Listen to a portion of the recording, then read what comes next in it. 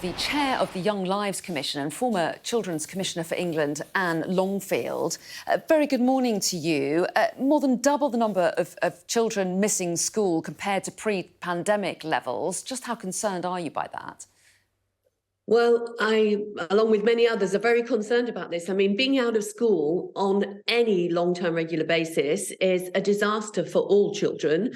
For those that are particularly vulnerable, it can be catastrophic. And we've heard from your reports this morning, these are often children who are caring for relatives, often families who are struggling with debts or homelessness. It's much more likely to be children on free school meals, much more likely to be children with special educational needs, and also children with chronic mental health conditions. So for all of those children, they need the support, long-term support, to be able to get back into the classroom.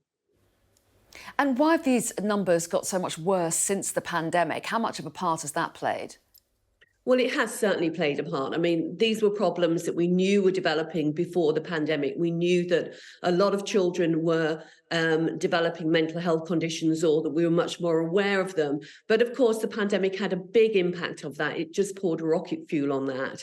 And frankly, since then, services have been struggling to even get to the point where they're catching up. Mental health support is very difficult for children to get hold of.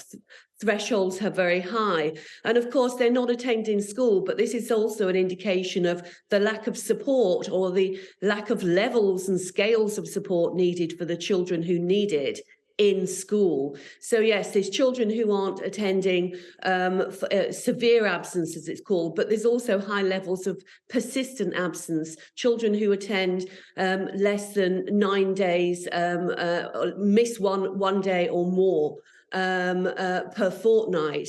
And this kind of long-term absence from school, of course, it means that they're not getting the education they need, they're not being with their friends, they're also not getting those protective factors that you get from school. And we're also very worried that some children may just disengage and become prey to those who want to exploit them. Those are the more extreme cases, but certainly we're seeing an increase in those incidents.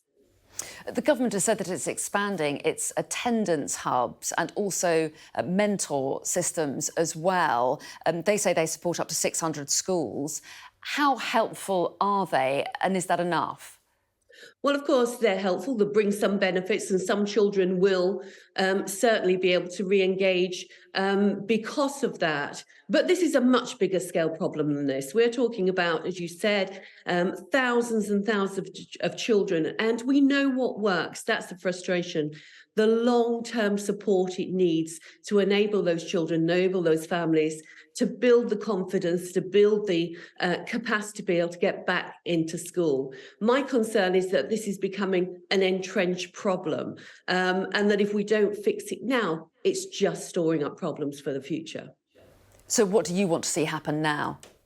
Well, I would really like there to be distinct money that is awarded for schools to be able to build that support network around school, to be able to have an increase in mental health support in schools, to be able to have many more youth workers working with children, to be able to build up their resilience and get them into school, and also family workers too. We know that it takes time, but we also know that it's very possible. And this is what families and children tell us they need.